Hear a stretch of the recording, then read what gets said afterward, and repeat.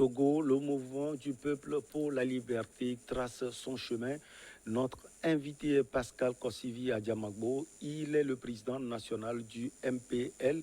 Le parti était en congrès ce week-end. C'est l'occasion pour nous de lui poser des questions. Monsieur Adiamagbo, bonjour. C'est un plaisir de vous avoir sur ce plateau. Bonjour, le plaisir est réciproque et je salue chaleureusement tous les fidèles de New York TV. Alors, le parti était en congrès ce week-end. Alors, comment s'est passé le congrès, M. Adiamagbo? Oui, je pense que ça s'est passé dans un cadre à la fois festif, avec un prélude par un groupe ACPE qui vraiment a fait honneur à la tradition musicale africaine. Et ça s'est suivi d'un congrès qui a été suivi assidûment avec par une assemblée bien fournie, en tout cas les journalistes pourraient en témoigner. Et donc les intervenants ont pu donner des explications sur le parti, sur les fondements idéologiques du parti, mais aussi sur les actions concrètes que le parti aimerait mener au profit de tout le peuple togolais. Alors, vous reprenez le parti après 2 ans de rififi. Qu'est-ce qui s'était passé en 2019? Oui, voilà, c'est vrai. Bon, il y a eu un problème et les problèmes sont malheureusement inévitables dans tous les, je dirais, et dans toutes les composantes d'une société. D'abord dans les ménages, dans les couples, et dans les groupes d'amis et dans les associations. Et ce qui est arrivé à l'UFC, à notre parti, le MPL, n'est pas spécifique. C'est dans la nature humaine. Et j'ai même cité l'exemple du Christ qui, ayant choisi 12 fidèles, il s'est trouvé un parmi ces fidèles, non seulement qu'il a trahi, mais qu'il a vendu. Et donc, si la personne du Christ a vécu cette expérience, il ne faut pas s'étonner que d'autres personnes vivent cette expérience. Alors, l'opposition existe toujours dans votre parti, le MPL. Oui. Alors, vous reprenez le parti. Que comptez-vous faire pour unifier justement le parti? Oui, voilà. Et pour que tout groupe fonctionne, à la fois un groupe familial, un groupe d'amis et un groupe soit de syndicalistes ou bien un groupe politique, pour qu'un groupe fonctionne, j'estime qu'il faut au moins 2 conditions minimum. D'abord, le respect des conventions, des statuts. Et sans respect, on ne peut rien faire. Par exemple, sans respect du code de la route, c'est le blocage de la circulation. Donc, il faut un respect vraiment scrupuleux des textes. Et ensuite, il faut un respect de la loyauté. Et l'exemple le plus frappant, c'est entre même 2 amis intimes. Si il y a une grave faute contre la loyauté, eh bien c'est la fin de la relation entre 2 amis intimes. Et donc, la loyauté n'est pas nécessaire seulement dans un parti politique, mais c'est indispensable même dans un groupe d'amis. Et il y a eu vraiment de graves cas de déloyauté. Et en plus de non-respect des statuts. Si c'est nécessaire, je pourrais expliquer les points des statuts qui ont été gravement... Bon, voilà. Et il y a l'article 16 qui précise les conditions de convocation d'un congrès. Il y a 2 types de congrès, le congrès national ordinaire et le congrès extraordinaire. Et le congrès constitutif a eu lieu le 9 février 2018. Bon, et en 2019, il ne pouvait y avoir qu'un congrès extraordinaire. C'était un peu pour redynamiser qu'on voulait faire ce congrès en 2018. Mais c'était sous certaines conditions. Comme les conditions n'ont pas été réunies, et après une semaine de convocation, j'ai officiellement annulé le congrès. Il y a les textes de convocation et il y a les textes donc d'annulation. Et je reviens à l'article 7. L'article 7 précise que seul le président est habilité à convoquer un congrès extraordinaire et le congrès ne peut être valable qu'en sa présence. Donc l'article 16 qui a été adopté au congrès constitutif précise cela. C'est là où se trouve le problème? Oui, voilà. Puisque il y a les textes de convocation du congrès extraordinaire, mais il y a les textes d'annulation avec les raisons pour lesquelles ça a été annulé. Donc, le congrès de 2019 n'a pas, en définitive, été convoqué par le président, conformément au statut.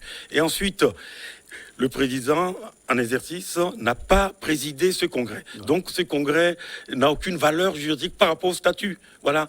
Et dans un groupe, quand on ne respecte pas les statuts, on ne peut pas aller loin. Et à la suite de ça, j'ai entendu dire qu'il y a eu 2 autres congrès. Mais il y a un philosophe qui dit, quand on dépasse les bornes, il n'y a plus de limite. À partir du moment où le premier congrès illégal a violé les statuts, qui est 3 ou 4 congrès, après ça n'a aucune valeur. Et ça confirme le fait qu'une fois qu'on a dépassé les bornes, il n'y a pas de limite. Il n'y a pas eu de limite dans le non-respect des statuts, il n'y a pas eu de limite dans la déloyauté. Ça a été une fuite en avant dans la déloyauté et dans le respect des statuts. Donc vous vous engagez à parler justement avec l'opposition là dans votre parti politique pour qu'il soit unifié pour les luttes à venir. Oui, je suis prêt à cela en rappelant ces 2 conditions indispensables au fonctionnement de tout groupe, le respect des statuts et la loyauté.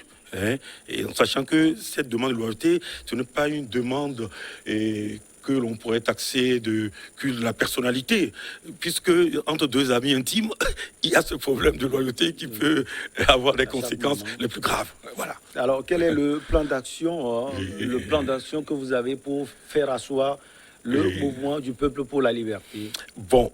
Voilà, et dans mon allocution de clôture, je n'ai pas eu le temps de développer le point concernant la spécificité du MPL dans le paysage politique togolais. Donc j'ai saisi l'occasion de cette invitation. Pour le faire. Voilà. Cette spécificité est on ne peut plus importante. Voilà. Et depuis la fondation,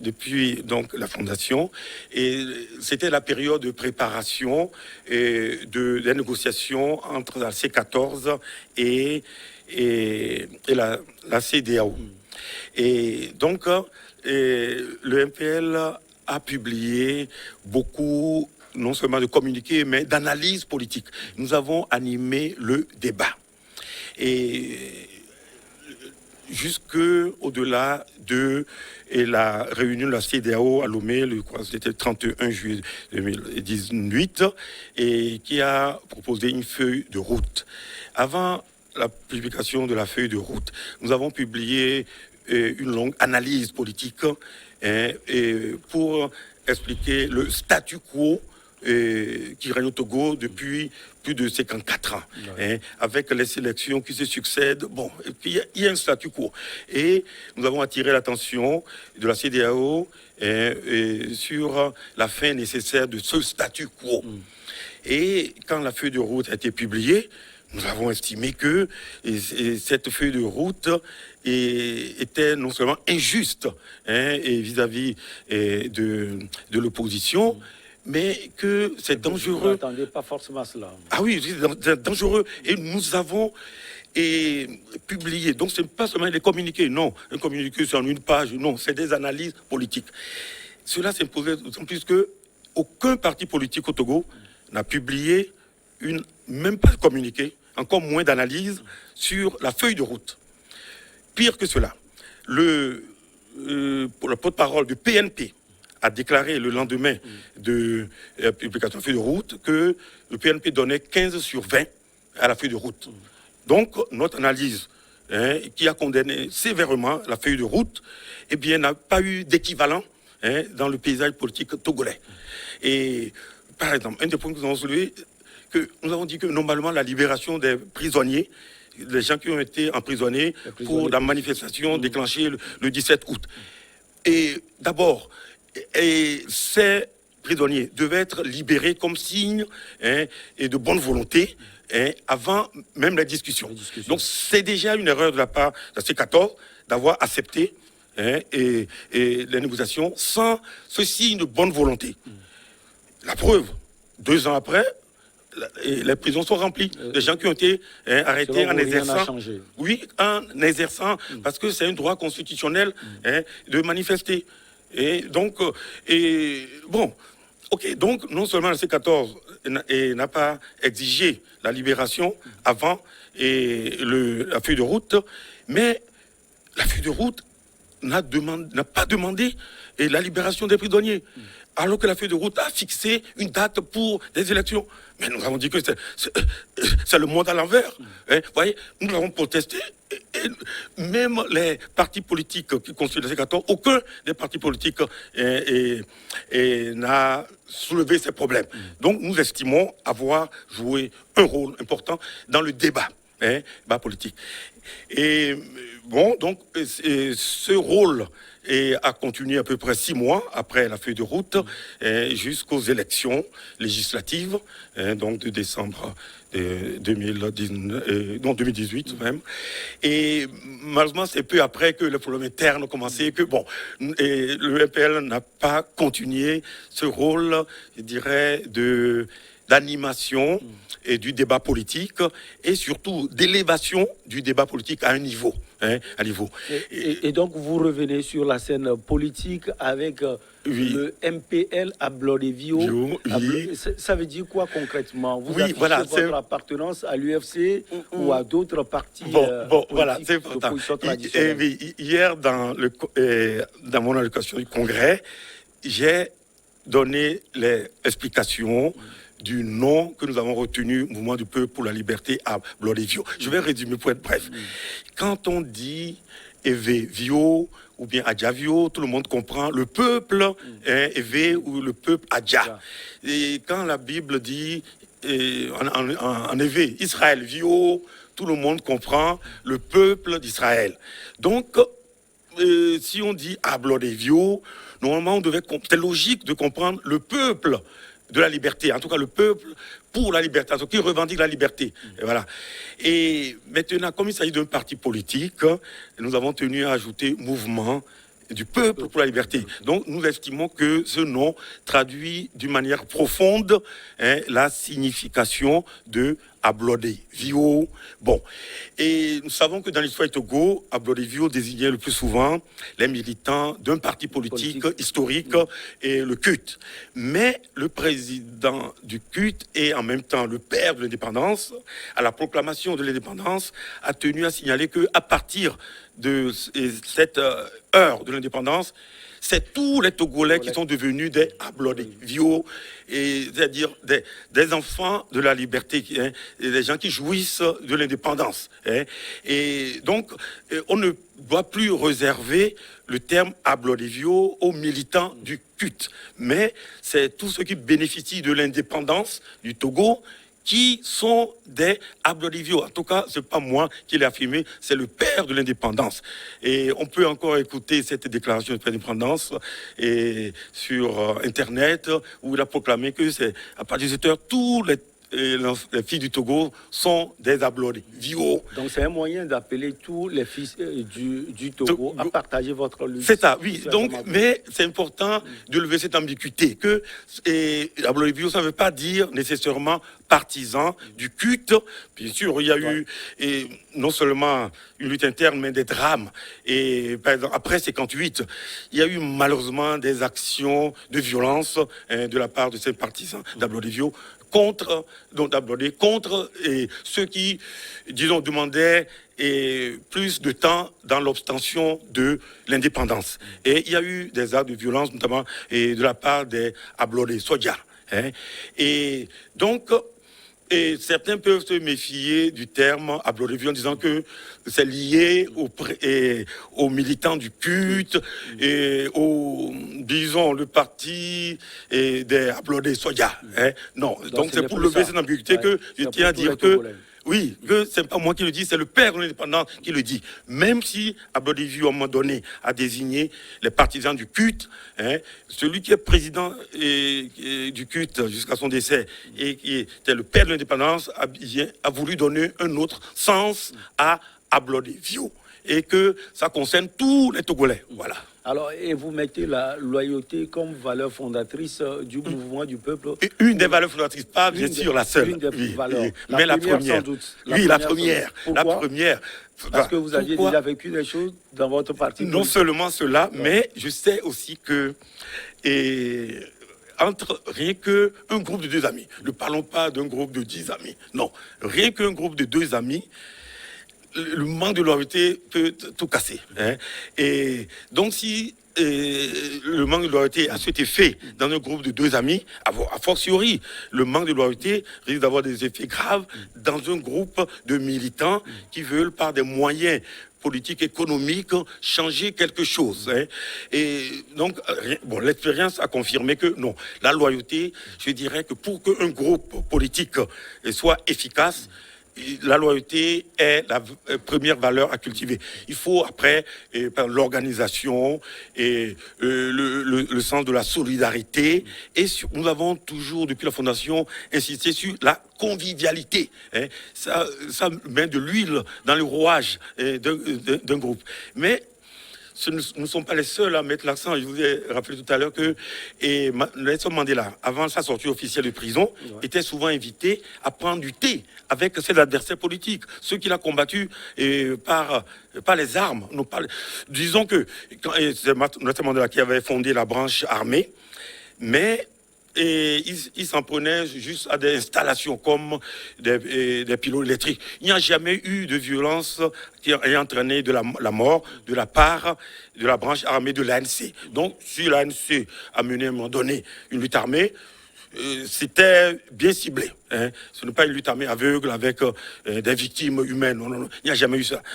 Malgré ça, donc le fondateur de la branche armée, qui est Mandela, eh bien, il a vécu la convivialité avec ses adversaires politiques. Donc, vous vous inspirez de l'ANC oui, dans votre combat. Et c'est ça, et cette voie que nous proposons, non seulement de l'alternance politique, mais de l'alternance politique non seulement pacifique, mais si possible conviviale. Hein.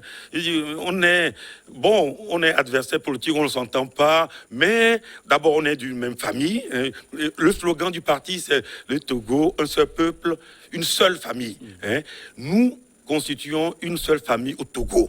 Et quelles que soient les divergences régionales, politiques, non, nous tenons à cette solidarité familiale. Je dirais même que c'est au nom de la solidarité familiale que nous revendiquons l'alternance. Parce que dans aucune famille, on ne peut accepter qu'un membre de la famille garde, je dirais, le pouvoir et les richesses de toute la famille indéfiniment. Non, ça, au nom de la famille, c'est inacceptable. Mais on peut y arriver et par la négociation, par l'entente, par les assurances, et je dirais mutuelles, à donner de part et d'autre. En tout cas, l'exemple de l'ANC est, je dirais, notre modèle. Dans votre programme actuel, vous avez 10 points. On ne va pas tous les citer, mais quels sont les points phares?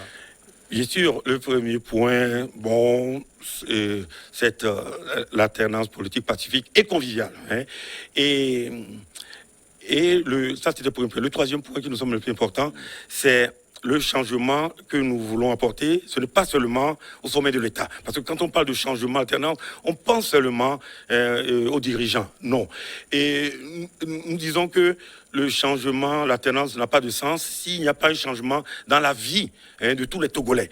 Et nous insistons pour apporter le changement dans la vie de tous les Togolais, pas seulement au sommet de l'État, non.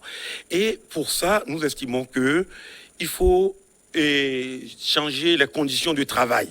Bon, dans un discours du Premier ministre à Oumézounou, c'était en 2013, il citait le chiffre de 80% de la population togolaise qui vit de l'agriculture. Bien sûr, dans les 80%, tout le monde n'est pas agriculteur, puisque les enfants, les femmes d'ordinaire ne sont pas directement aux travaux des champs. Les femmes contribuent à la commercialisation des produits des champs. Bon, les enfants, mais 80% de la population vit de l'agriculture. En tout cas, c'est ce qu'a déclaré le Premier ministre togolais.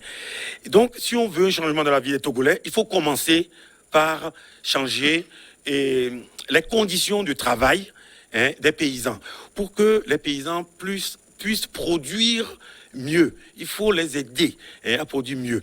Et dans son fameux discours de Dakar, le président français se moquait des Africains en disant que l'Afrique, rien ne change, qu'on continue à utiliser la houe depuis des millénaires. Bon, en ce sens, il a raison, qu'on doit changer. Et on doit améliorer les conditions de travail des paysans. On doit aider les paysans à se regrouper en entreprises agricoles. Moi, je ne conçois pas les coopératives.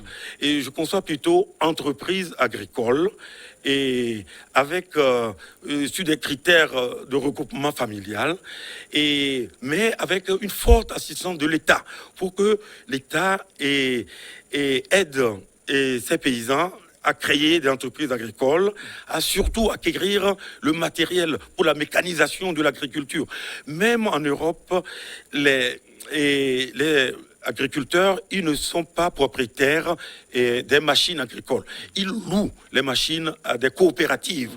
Bon, mais au Togo, comme on n'a encore rien, c'est l'État qui devrait assurer la location des machines agricoles. Et moi, je souhaite même que l'État assiste la gestion des entreprises. C'est une occasion pour l'État d'engager beaucoup de jeunes. Ce sont des propositions concrètes à l'État. Monsieur Adiamagbo, quelles sont vos relations avec les autres partis de l'opposition au Togo? Oui, et je crois que, étant porté sur la convivialité, et nous avons essayé de mettre en œuvre cette convivialité dans les relations. Et le MPL entretient de très bonnes relations avec l'UFC. Oui, d'abord l'UFC. Bon, je dois informer que depuis l'accord historique signé entre l'UFC et le RPT devenu UNIR, et je suis devenu le conseiller spécial du président de l'UFC, en remplacement de Eric Amerding, le beau-frère de J-Christ Olympio. Et je me suis occupé passionnément de cette fonction jusqu'en 2015. Et bon, disons, j'ai bien défendu cet accord que j'ai appelé l'accord des braves, mais dont le but était l'alternance, ainsi que les réformes. Parce que le président national, dans un discours, une conférence de presse qu'il a faite dans la maison de son père, a présenté les objectifs de cet accord. Bon, j'ai beaucoup travaillé pour que les objectifs de l'accord soient réalisés dans les temps. Mais au bout de 5 ans, j'avais l'impression d'être une voix qui crie dans le désert. Donc, j'ai pris la décision de continuer à travailler pour l'alternance, mais dans un cadre... En vous démarquant. Oui, voilà. Et c'est ce qui m'a amené finalement à créer. Mais je suis resté en les thèmes les plus cordiaux. Non seulement avec le président national, mais avec tous ses collaborateurs. Ça, je tiens à le dire, tous ses collaborateurs. Voilà. Et tout en gardant cette ligne tracée par l'accord, mais qui n'a pas été mise en œuvre. L'accord, depuis qu'elle a été signée en 2012, n'a pratiquement pas été mise en œuvre. Bien sûr, il y a eu 7 ministres qui ont été nommés au gouvernement, c'est presque tout, mais ce n'était pas pour ce partage, je dirais, marginal du pouvoir que l'accord a été signé. Non, l'accord a été signé pour l'alternance politique pacifique.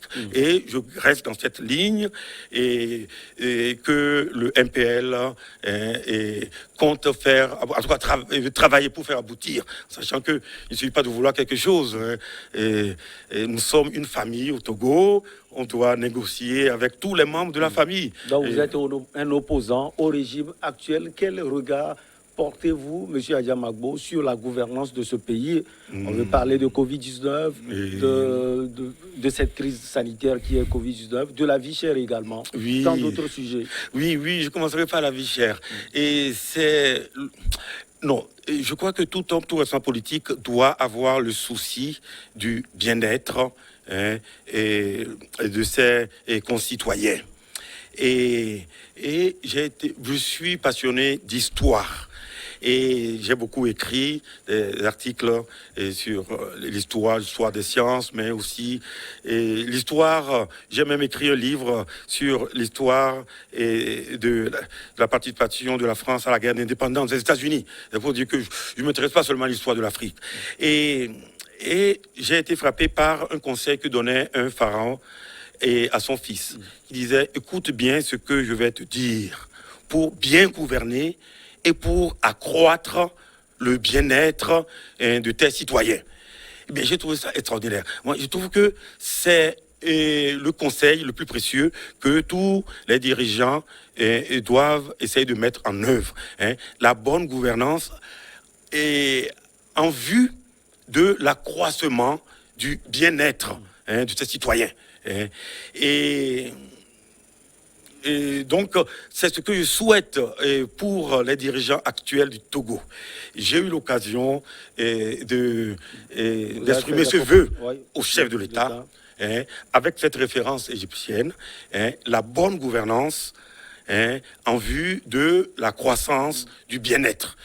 Et quand le bien-être des citoyens togolais est gravement mis en cause par la cherté de la vie, l'augmentation du taux de prix, la première priorité du responsable, c'est de trouver une solution à cette cherté de la vie. Oui, parce que, je dirais, quelles que soient les formes de gouvernement, le bien-être des citoyens doit être la priorité de tous les gouvernants. Et sur Covid-19, oui, bon, j'ai suivi de très près et la manière dont le gouvernement a essayé de lutter. Bon, et le gouvernement a obtenu beaucoup de résultats sur certains points, mais la manière peut être améliorée. La manière d'imposer, même l'OMS conseille de convaincre les gens pour la vaccination, mais pas les obliger, les imposer. Et je pense que la tentative du gouvernement d'imposer le pass vaccinal à l'entrée des cultes, je crois que le gouvernement s'est rendu compte que c'est difficile d'être appliqué. Donc, dans la manière de lutter contre le Covid, dans la lutte contre le Covid, il faut tenir compte de la manière et tenir compte des conseils également de l'OMS. On peut essayer de convaincre plutôt que d'obliger. Et puis, disons que tous les Togolais, il y a une infime partie des Togolais qui ont des cartes d'identité, et que ce soit ou passeport.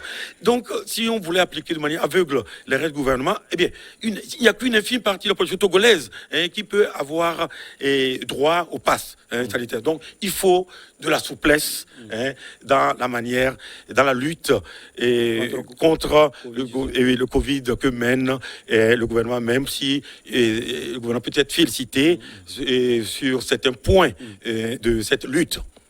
Ça a été un plaisir de vous avoir. Le temps passe si bon, on ne vite. dirait pas que le temps... On a passé 30 minutes comme ça. Mais on ne dirait pas, bon, en tout cas, c'était pour moi un plaisir. Et j'espère que les téléspectateurs ont pris aussi du plaisir dans notre conversation. Togo, le MPL trace son chemin. Merci beaucoup à vous, Pascal Kossivi Adiamagbo. Vous êtes le président national du mouvement du peuple pour la liberté. On va marquer une pause pour le journal et derrière on reçoit nos invités pour Regard Croisé.